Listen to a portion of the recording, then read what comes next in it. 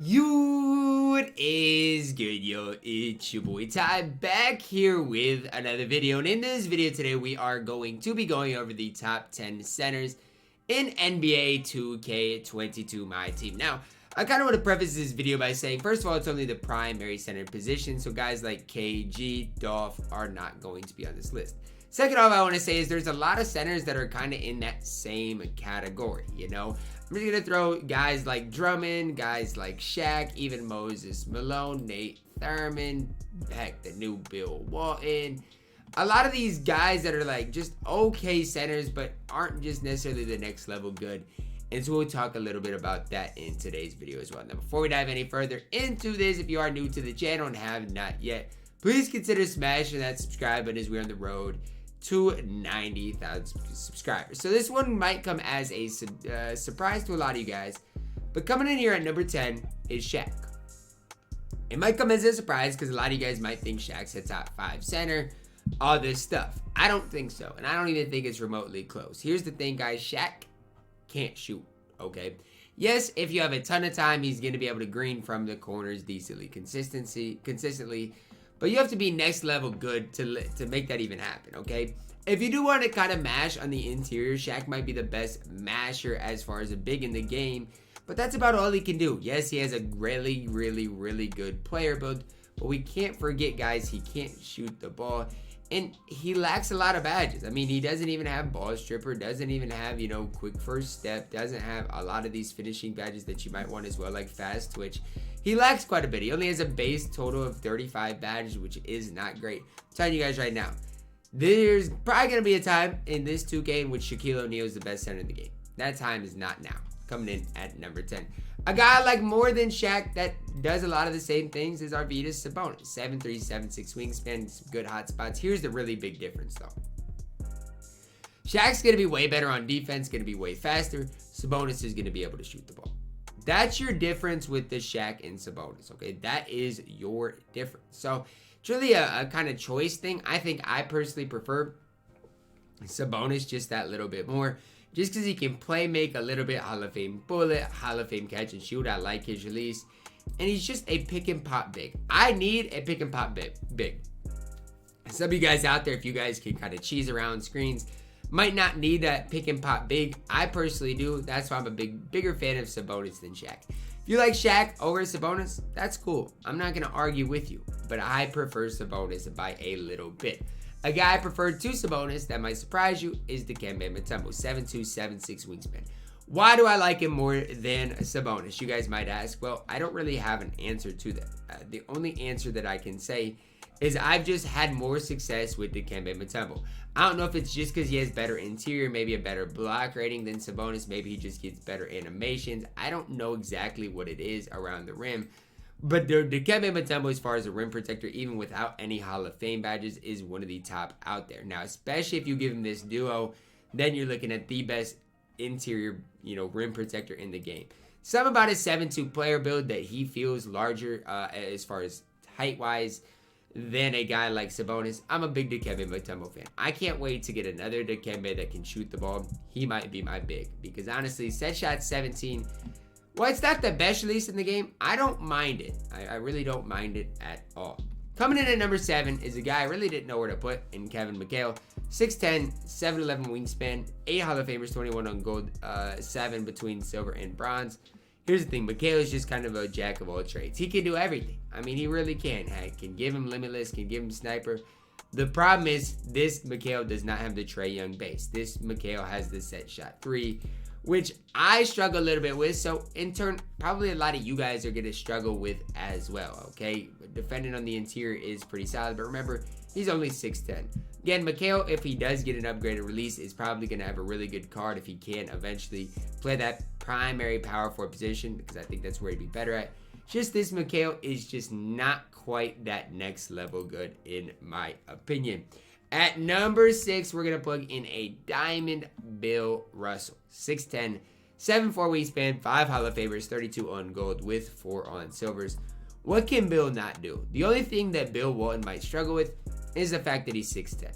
You might get mashed a little bit with Bill, but as far as defending on the perimeter, absolutely elite. As far as shooting wise, if he has time, absolutely elite. His set shot 17.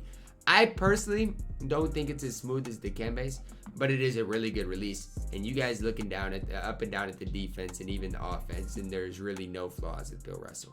You give him the ball stripper, you apply some more shooting badges.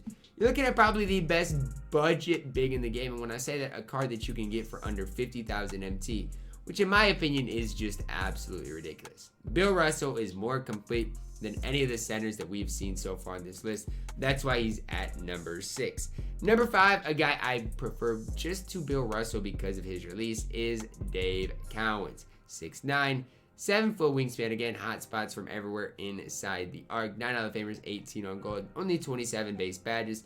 But what I do like is all the defensive badges he's going to have. What he's going to lack is kind of the finishing around the rim with some of the mouse in the house, posterizer, rise up badges.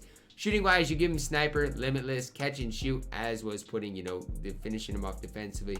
He can play a perfect center position. You guys remember the pink diamond Cowens we saw last year? It's basically what this Cowens is. Outside of the fact that jump shot 1 is a lot smoother this year. 78 3 ball feels like low 80s, 80 driving dunk, 82 speed. Really, really good defensive player. I like him more than Bill Russell, mainly because of that release. If Bill Russell had jump shot 1, Bill Russell would be probably a top 3 center on this list. At number 4, a card I'm necessarily not the highest on in the pink diamond, Marc Gasol, but I respect him, okay? I'm not the highest on Marc Gasol. You guys know that, but I respect him. 6 Hall of Famers, 37 on gold, 3 on silver, 7'1", 7'4" wingspan, can shoot it. Really good interior defender. The thing I like about Marc Gasol is he can shoot and he can defend. The problem with him is the set shot 18 and he's kind of slow. 76 speed it's pretty slow, but I mean, with what he gives you with the Intimidator, post lockdown rim, and just being bullet passer, catch shoot, corner specialist, I think can make up for it.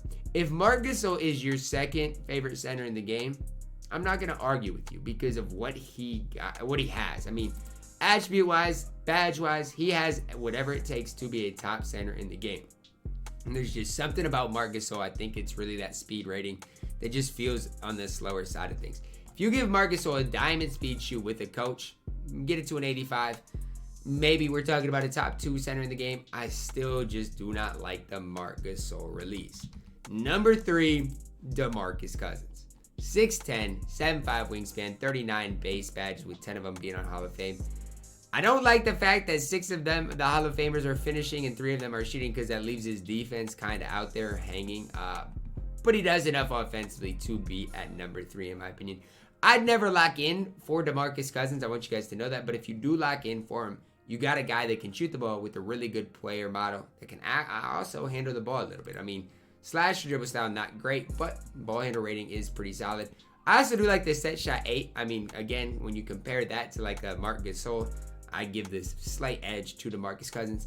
Not the best release in the game, but that release provides an edge over some of the other guys on this list. At number 2, Hakeem Olajuwon. I know a lot of people who swear by this Hakeem Olajuwon card. I'm not one of them, okay? I do not love Hakeem Olajuwon, but a lot of people think Hakeem is the best center in all of 2K. 7 feet tall, 7'3" wingspan, hotspots from both corners. 7 Hall of Famers, 23 on gold, 3 on silver. Got some really good finishing Hall of Fame badges, Hall of Fame Intimidator rim, as well as, some really good gold badges. Here's the thing for Hakeem that I do like about him. You can give him any badge in the game, as was the fact that he's got an 85 speed, 85 lateral, 95 interior, great rebounder, and Hall of Fame Intimidator and rim. There's a lot to like about Hakeem. Probably, in my opinion, the most complete center in the game, but that doesn't make him the best center in the game. He is the most complete because he can shoot really good defensively, really no flaws in the card. But I do prefer this guy slightly over Hakeem the Dream. And that guy is David Robinson. Now, do I like David Robinson more than Kevin Garnett? I don't know. That's to be kind of determined. But I do like David Robinson more than every other center on this list. 7'1", 7'5" wingspan, hotspot from that right corner. 6 Hall of Famers, 25 on gold, 5 on silver, 82 3-ball, 85 driving dunk, 74 steal ball, 54 ball handle, 84 speed, 83 lateral quickness. The problem with D-Rob, here's the problem, okay? Vertical is not great. Rebounding stats aren't great. So that is kind of the problem. On the good side of things, has Hall of Fame rebound chaser, which you do love. Steal rating's also pretty low. What's to like about D-Rob? 82 3-ball with the D-Rob release. That's what you like about D-Rob, right? You don't have to worry about anything. He's going to be an incredible shooting big man, as was the fact that you can give him any badge in the game. Give him limitless, give him sniper. You're looking at probably the best stretch big shooting-wise, and that is just an all-around player in the game. Hakeem, I mean, you compare the cards side by side, Hakeem's going to look better. There's no question about it. Hakeem Olajuwon is going to look better than David Robinson, even has a +1 3-ball. But it's all just the eye test for me, and with my eye test, I like David Robinson better than Hakeem Olajuwon. I want to know your guys' opinion. Who did I leave off this list that you guys would have had on there? Joel Embiid, Andre Drummond, Dwight Howard, Nate Thurman.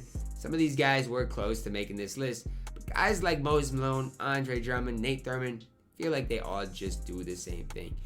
Wang was close to making this list as a Rui player, so let me know who I missed out on, who was I too high on, low on. Let me know that down below in the comments, guys. Drop a like on the video, subscribe if you are new, and as always, man, I love you guys. Have a blessed day.